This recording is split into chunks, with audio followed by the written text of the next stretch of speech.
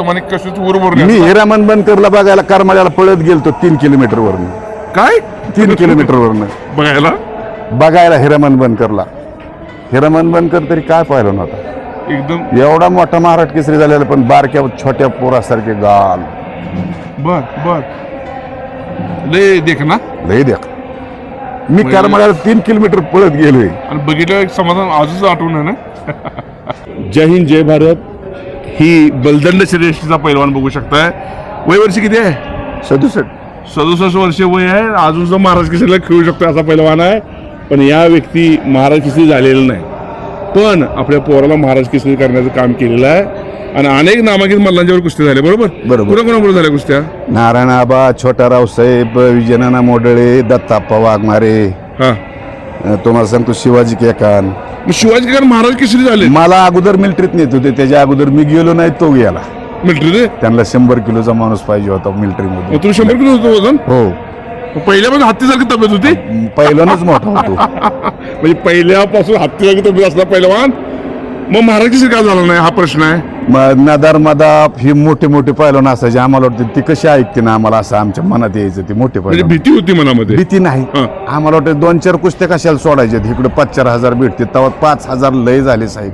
हा आणि लय वाटायचे. मग त्यामुळं महाराज केसरी गेला नाही. गेलो नाही आणि वाटायचं नाही जुळायचं आपल्याला. मग माझी खंत राहिलेली मी मुलात भरून काढली. मग पोरगा महाराज केसरी झालं तुम्हाला बरं वाटलं का हो?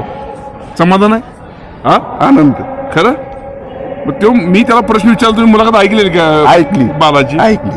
कसं म्हणजे तुम्ही मुलांच्याकडून तुमचं गुन्हे भरून निघाले वाटते का? सांगा. हा मग हा आयुष्यामध्ये एवढं व्हायलाच पाहिजे. मग पुढच्या पैलवानांनी, आता जे नवीन पैलवान आहेत त्या पैलवानांनी जरा खस्त्यात मन खसतंय, दिल खसतं यांचं, यांनी काय करायला हे पाहिजे? गुरुचं ऐकत नाहीत. गुरुचं ऐकलं पाहिजे. मग ऐकलं पाहिजे का हो? आता तुम्ही वयस्कर झाला, तुमचं काय ऐकायची गरज आहे मला? तरच फायदा. खरं अनुभव तुमचे जास्त. आज पैलवान ऐकत नाहीत. मी हा प्रश्न जाणून बुजून विचारलाय. ऐकलं पाहिजे ह्यांचं मत आहे, कारण हा पैलवान फार मोठे पैलवान आहेत आणि महाराज केसरी बालाराव शेख यांचे वडील आहे. सगळ्यात महत्वाचं, स्वतः महाराज केसरी झाले नाहीत पण आपल्या पोराला महाराज केसरी करण्याचं काम केलं. अशी माणसं फार दुर्मिळ आहेत. वस्तात जे डोपिंग ही सिस्टम आल्या, इंजेक्शन घेऊन पोरं करायला, त्याच्याबद्दल तुमचं मत काय हो? एकदम चुकीचं. हे करायला नाही पाहिजे. कष्ट करून जेवढं होईल तेवढंच व्हा. नाही झालं तर चालतंय. काय फरक नाही. तुम्हाला समाधान आहे का हो? आता हे तुम्ही महाराज केसरी नाही पण तुम्हाला समाधान वाटतं मला का? वाटतं मी झाल्यासारखं मुलाला घडवलं म्हणजे सोपं नाही. तुम्ही झालं वाटतं का नाही वाटणार? प्रश्न नाही. मला कोणी सत्कार करतील, मानपान देतील न देतील, पण मी आवर्जून का जातो? तर जोपर्यंत चालायला तर सलगर साहेब तोपर्यंतच. पुन्हा काय जीवनाचं काही नाही ना. काय त्यामुळे तब्येत वगैरे हे काय चिरकाल नाही, पण काम मिळवली पाहिजे. आता बी 5 तास मेहनत करतोय मी, पण वेगळ्या पद्धतीचा. जोर बैठक नाही करत. बैठका मारायला पाहिजे. तुम्ही कमीत कमी 1000-2000 बैठक मारायला पाहिजे. नाही पाय दुखते. नाही दुखू दे तरी सुद्धा, पण महाराजची खेळा की आता पुण्यात आहे की वाघोलीला महाराज. हाय. तुम्ही उतरणार का? नाही. उतरा विचारा बघा यांचा कोण खेळणार का बघा. या पैलवान तुम्ही जर ह्या पैलवान मारलं ना तर तुम्ही महाराज कशी होणार असा पैलवान आहे बघा. मी बालाला तसं बोललो ना. हा बालाला मी 2दा पाडला होता 2010ला. आणि बालाने मला 1 वेळेस पाडलं. बालाला म्हणलं मुलगा माझा, म्हणला मी तुला आता कोणी पाडित नाही म्हणून असं ठाम सांगितलं त्याला.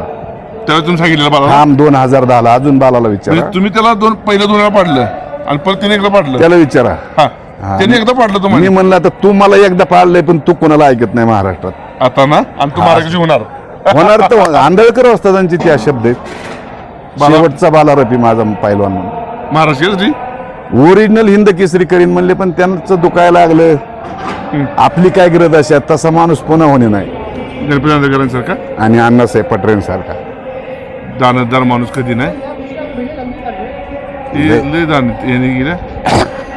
आंधळकर वस्तात गेले, पण माझ्यासारख्या गरिबांचं खूप मोठं नुकसान झालं. खूप मोठं. कसं काय?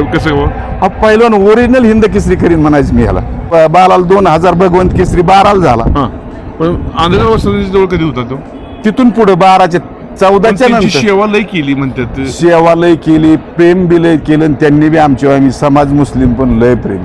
खरं आंधळकर वस्तादांनी कधी असं दुजा भाऊ मी मानला नाही. तीच म्हणतो, तो माणूस जर असता तर मी अजून काहीतरी दिसलो असतो तुम्हाला, असं मला वाटतं. खरं एवढं मोठं योगदान आंधळकरांचं. क्या बात आहे, क्या बात आहे. आता महाराज केसरी 4 व्हायला लागले. आता ह्याबद्दल ॲज अ प्रेक्षक म्हणून, महाराज केसरी पैलवानाचे वडील म्हणून नव्हे, प्रेक्षक म्हणून तुमचं काय मत आहे? ती 4 व्हावी का एक व्हावी? एक व्हावी. एक व्हावी. एक व्हावी. का बरं एकाला एक व्हावी? सर्व्हिस नोकरी मिळावा, हा, त्याची उत्सुकता राहते. बक्षीस द्यायचं कोणाला, 2-4 जर झाले तर बक्षीस कोणच्या महाराष्ट्र केसरीला किंमत द्यायची? मग तुम्ही तुमच्याला दिली, मी माझ्याला दिली, ही चुकीच आहे. चुकीचं आहे. आणि त्यानं पैलवानाची किंमत कमी व्हायला लागली असं मला कमी वाटतंय का? कमी व्हायला लागली 100%. तुमच्या वेळी जर महाराज केसरी आलाय का ना मैदानात, तुम्हाला कशीच उरवर मी हिरामन बनकरला बघायला करमाळ्याला पळत गेलतो 3 किलोमीटरवरून. काय 3 किलोमीटरवरून बघायला बघायला हिरामन बनकरला. हिरामन बनकर तरी काय पाहिलं नव्हता. एकदम. एवढा मोठा महाराष्ट्र केसरी झालेला, पण बारक्या छोट्या पोरासारखे गाल. बर बर. लय देख ना. लय द्या. मी करमाळ्याला 3 किलोमीटर पळत गेलोय. आणि बघितलं एक समाधान आजच आठवण आहे ना. एवढा मोठा पैलवान. हा, आणि मग ती घरात झाल्यामुळे आनंद झाला. आपला तेवढं पळत बघायला गेलतो. हा, म्हणजे आपल्या घरात महाराष्ट्र केसरी झाला म्हणजे किती आनंद सलगर साहेब. लय मोठा. Okay okay. आता तुम्हाला महाराष्ट्राची मुलगा झाला, तुमचा तर नातू वगैरे खेळतो का नाही? खेळतो बारके 2.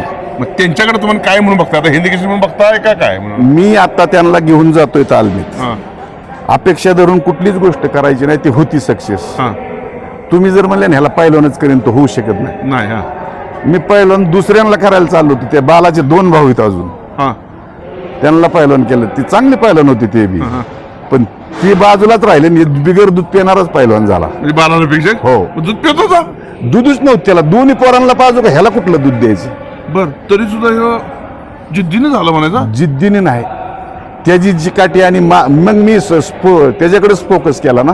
आणि बाकी हा हा हा हा त्या दोन्हीकडे लक्ष थोडं कमी केलं. मग ह्याला कोल्हापूरला पाठवलं. आणि आबाचं काय सहकार्य. गणपती नारायण नारायण आबा आमदारांच्या बरोबर कुस्ती झाली का हो तुमची? झाली ना. झाली. मला मुलगी झाल्यावर झाली.